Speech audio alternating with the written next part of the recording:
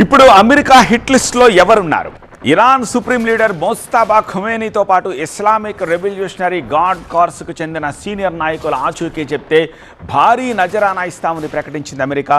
$10 million అంటే భారత కరెన్సీలో 93 కోట్ల రూపాయల రివార్డ్ ఇస్తామని ప్రకటించింది.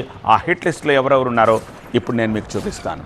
Yes, very first already Ayatollah Ali Khamenei నుంచి ఆ ఇరానియన్ సుప్రీం లీడర్షిప్ తీసుకున్న ఆయన కొడుకు, రెండవ కొడుకు మోజ్తబా ఖొమేనీ ఇప్పుడు అమెరికా హిట్ లిస్ట్లో నెంబర్ 1గా ఉన్నారు. ఆ తర్వాత మోజ్తబా ఖొమేనీ తర్వాత ఇద్దరు కీలకం.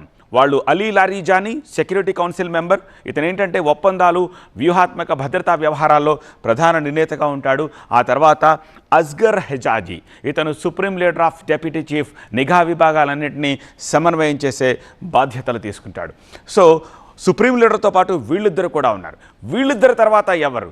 యాహ్యా రహీం, ఇతను సుప్రీం లీడర్ సైనిక సలహాదారు, యుద్ధ తంత్రాలను రూపొందించి ఐఆర్జీసీ మాజీ కమాండర్. సో ఇతను కూడా ఇప్పుడు అమెరికా హిట్ లిస్ట్లో ఉన్నాడు.